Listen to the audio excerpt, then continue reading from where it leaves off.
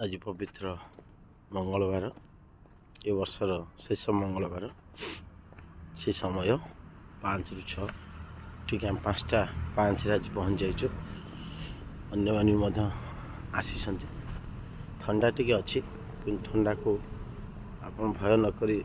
सका एक्सरसाइज बंद करा ठीक नुहे। एक्सरसाइज कंटिन्यू करूँ आप निश्चय सुफल मिल। एक्सरसाइज कर सारा पर आपन को कही खाली पेट उषुम पानी सहित किसी नेचुरल जूस पीबे जो जूस आप घरे आभेलेबल रोचे जो अँला जूस कथा कही।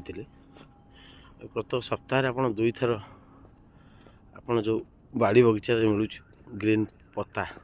पत्र जोटा कि सजना पत्र आपणकर भूसंग पत्र पुदीना पत्र लेंबू पत्र पिजुड़ी पत्र अमृतभंडा पत्र ये सब पत्र को आप ग्राइंडिंग करदे सब गोटे 2टा नहीं कि जी आप भाग हिसाब से नहीं तो ग्राइंडिंग करेंगे और से कौन सी किसी जिनस पकेबे ना तो खाली पेटे देसी गुआ घी माने घी भल घी देखिए तो टे गोटे चामच पकेबे गरम करी ताको पीबे सप्ताह हो 2 दिन कले आप पेटर विभिन्न प्रकार समस्या शरीर को मजबूत सहित आनंद कंटिन्यू करंतु एवं सकाळ एक्सरसाइज को बंद करंतु नहीं। ठंडा पड़ुची जी ठंडा आप भावुंट से ना ये ठंडा टी पाइबा पुणी आ गोटे वर्ष आप अपेक्षा करा पड़ो तो ठंडा को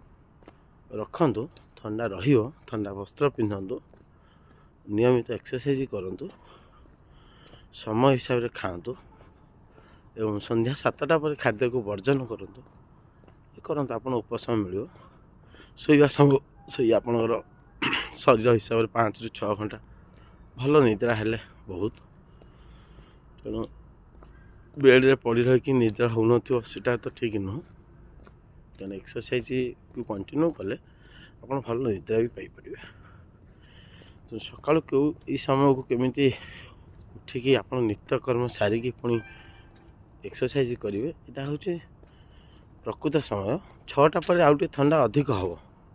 कारण जो बर्तमान काकर अच्छी से जो ठंडा हो पानी परिणत हम से समय ठंडा अधिक हुए 5 ରୁ 6 ठंडा टी कम रहे 6 पर ठंडा मात्रा टी बढ़ी जाए से जहाँ हो आप समय को रखु आम रखुँ बर्तमान आमर एक्सरसाइज कार्यक्रम आरंभ हो रखुची नमस्कार।